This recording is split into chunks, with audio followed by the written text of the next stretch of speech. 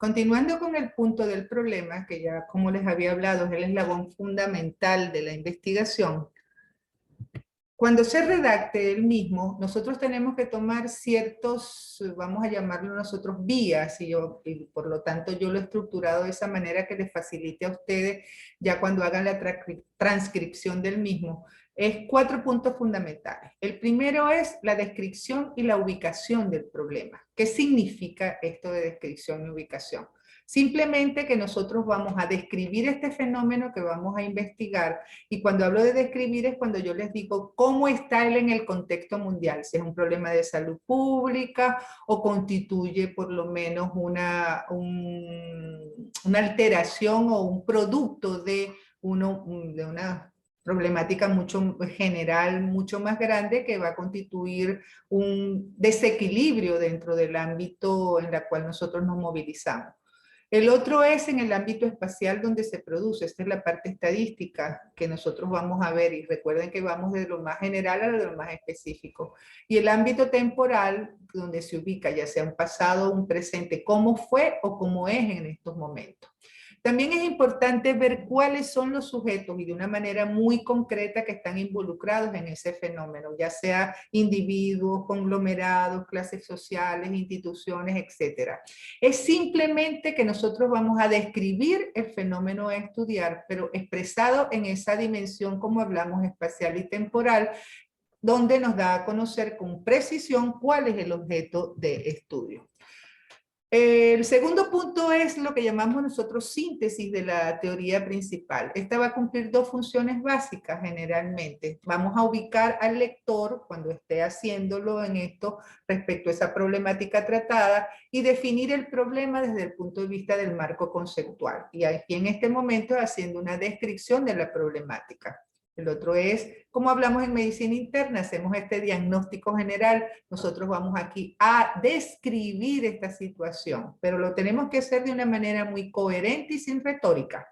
Aquí nosotros debemos ser claro y preciso, no generalizar y haciendo un lenguaje muy técnico y científico, no coloquial. Nosotros somos, vamos a decir así, ya personas que van a ser o especialistas o son generalmente, ya tienen un nivel de cultura importante para poder utilizar ese lenguaje a su nivel o al nivel que ustedes están manejándolo.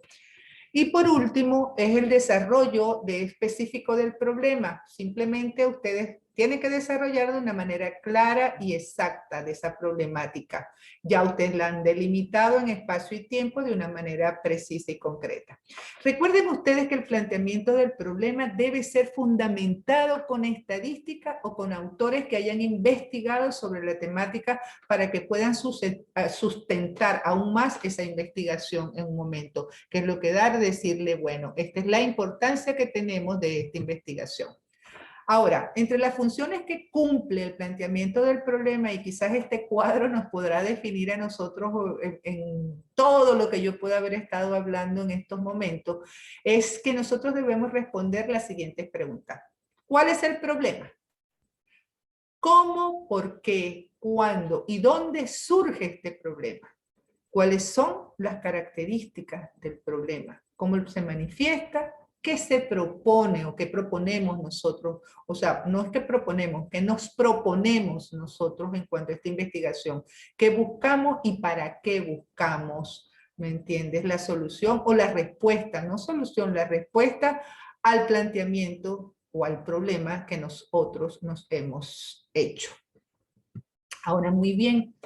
Ya cuando nosotros hemos hecho el planteamiento del problema, viene un segundo punto que es la formulación del problema, y simplemente que consiste en que nosotros vamos a plantear una pregunta general que va a contener todos los aspectos que nosotros queremos analizar y tratar durante la investigación. Fíjense, quizás en 3 líneas o tres palabras, no, 3 líneas, nosotros condensamos todos esos aspectos que queremos analizar y tratar durante la investigación. Entonces, ¿qué hace? La formulación del problema es tan importante porque nos va a facilitar definir el objetivo general, la hipótesis y el título de esa investigación. Ahora, muy bien, por Méndez, si nosotros lo vamos, y ya metodólogos de renombre, por lo menos como Méndez en el año de 1988, dice que la formulación del problema simplemente va a consistir en el planteamiento de una pregunta que nos define cuál es el problema a resolver por el investigador. Ahora, muy bien, esta pregunta debe ser muy clara y concreta y es algo fundamental. No debe llevar a una respuesta afirmativa o negativa. ¿Qué significa? Fíjense que hacerla, según este ejemplo que ustedes están leyendo allí, es de qué manera los factores internos y externos del aula de clase van a afectar los resultados de las notas de los residentes de posgrado. Fíjense que cuando nosotros formulamos el problema o hacemos el problema en forma de pregunta, no nos va a responder o no nos va a llevar una respuesta afirmativa o negativa en un momento determinado. Ahora, muy bien, hablamos nuevamente de criterios. Hay criterios para formular el problema. Y los criterios deben siempre tenerse en cuenta que se debe expresar la relación que hay entre dos o más variables. En un trabajo de investigación generalmente y de un poquito manera más seria, fuera de que es una descriptiva que habría una sola variable, pero generalmente esas siempre van acompañadas de dos o más porque hay sujetos en los cuales vamos a estudiar, debe expresarse esa relación. Debe estar formulada muy claramente y sin ambigüedades en forma de pregunta. Por ejemplo, ustedes hablan de qué manera, cómo, cuál es la probabilidad, cuál es la calidad, en qué medida, qué efecto, en qué condiciones. Y fíjense que todas esas preguntas con ese inicio nunca nos van a responder sí o no. También es importante y es fundamental que la formulación del problema tenga la posibilidad de una prueba empírica. Cuando nosotros hablamos de prueba empírica, debe poderse observar y puede medirse. Entonces, fíjense ustedes que es indispensable que todos los elementos, que todos los aspectos, que todas las características que nosotros vamos a estudiar puedan ser sometidos a una comprobación y una verificación. Y así de esa manera nosotros podemos establecer una relación real entre las variables. Y por último, quizás en esta primera parte vamos a hablar un poco del título del tema a investigar. Generalmente cuando nosotros queremos hacer definición, hablamos de que el título no es más que es condensar, sintetizar en una frase que exprese la idea del tema específico que hay de interés para la investigación. Generalmente en los trabajos especiales de grado, como son los que están haciendo ustedes, no sucede igual como en un libro. El título debe ser de una manera general. Va a recoger la esencia del tema que va a tratarse, pero va a ser específico en cuanto a referirse al problema objeto de la investigación. El título del proyecto debe ser conciso, atractivo, informativo, se debe evitar utilizar abreviaturas, debe permitir identificar la naturaleza del trabajo y los métodos que se va a utilizar, debe contener como máximo de 12 a 15 palabras y nosotros debemos evitar colocar como un estudio de, una investigación de, frases como de ese estilo. Ahora, si resumimos lo que anteriormente hemos hablado, los títulos entonces deben tratar de no exceder 15 palabras, deben contener una idea global del trabajo en una forma muy explícita y clara, sin ambigüedades. Evitar abreviaturas, los acrónimos, las fórmulas, las siglas. El título debe guardar relación con el objetivo de trabajo. Fíjense que ya nosotros hemos hablado que la formulación del problema nos va a dar tres cosas: título, objetivo general e hipótesis de la investigación. Ahora, muy bien. Hay un aspecto fundamental en el título que es evitar el hiperbatón, que simplemente significa que el hiperbatón es el adecuado ordenamiento de los vocablos, que siempre va a ser vital para prevenir confusión o burla. Por ejemplo, ustedes pueden, no es escribir tampoco creo yo, se escribe yo tampoco lo creo. No escribir yo creo también, se dice yo también lo creo. Y fíjense que es ese ordenamiento correcto que nos permite una lectura, ¿me entienden? No solamente con clase, como digo yo, sino de una manera adecuada. Hay una cosa muy importante, el título busca, debe de seguir una correspondencia plena entre lo que significa el continente y el contenido. Generalmente lo que se está buscando y lo pequeño o por lo menos lo específico que debe contener todo el proyecto de investigación.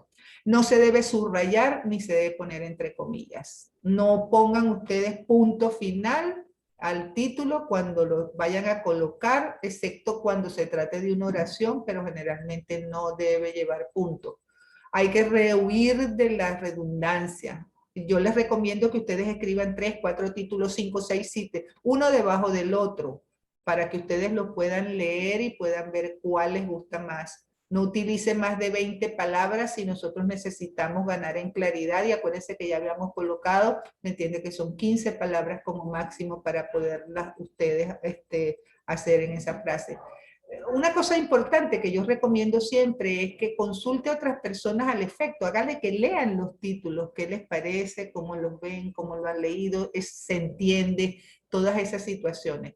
Y otra de las cosas fundamentales, aunque ustedes no lo crean, léanlo siempre en voz alta, como si fuera de otra persona ese título y no sea ese título de ustedes.